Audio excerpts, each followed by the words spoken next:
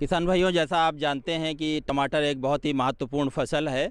लेकिन हमारे उत्तर भारत में टमाटर की फसल जो है वो बहुत हद तक जो पर्णकुंचन है या जिसको मरोड़िया कहते हैं, जो एक वायरस जनित बीमारी है, उससे प्रभावित होती है। और जो उसकी उत्पादन और उत्पादकता है तो दोनों ही प्रभावित होती हैं।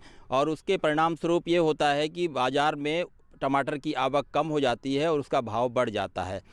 जबकि दूसरी तरफ अगर आप देखें तो जो मार्च अप्रैल में टमाटर की आवक बहुत ज़्यादा हो जाती है और उसका भाव बहुत कम हो जाता है।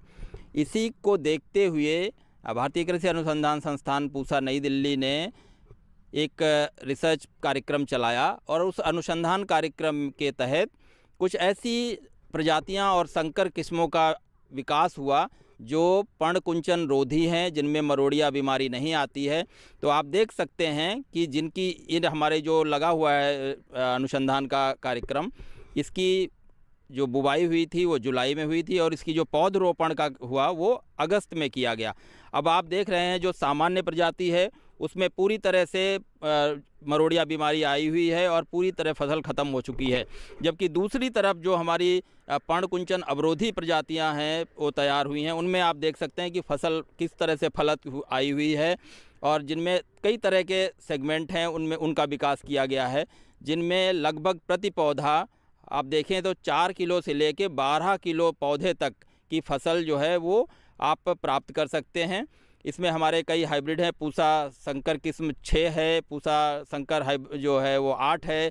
इसके अलावा दूसरी अन्य प्रजातियां हैं जो कि पाइपलाइन में हैं और जिनको कि विकसित किया जा रहा है। जो एक और मुख्य फसल है जिसको भी किस्म है जिसको कि किसान भाई ले सकते हैं, वो पूसा कॉकटेल है।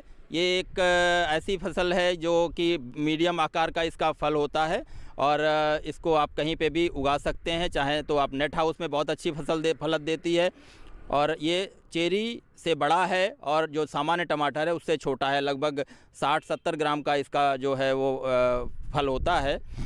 और एक दूसरी हमारी प्रजाति है जो पूसा प्रसंस्कृत है।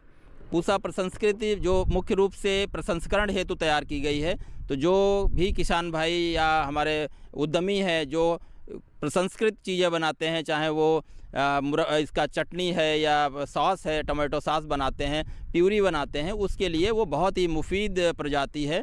तो हमारे किसान भाई पूसा कॉकटेल और पूसा प्रसंस्कृत इन दोनों किस्मों को ले सकते हैं। इसके अलावा हमारी जो संकर किस्म है पूसा संकर 6 और पूसा संकर 8, जो पूसा संकर 8 को व्यवसायीकरण हेतु प्राइवेट कंपनीज़ को लाइसेंस भी किया जा चुका है।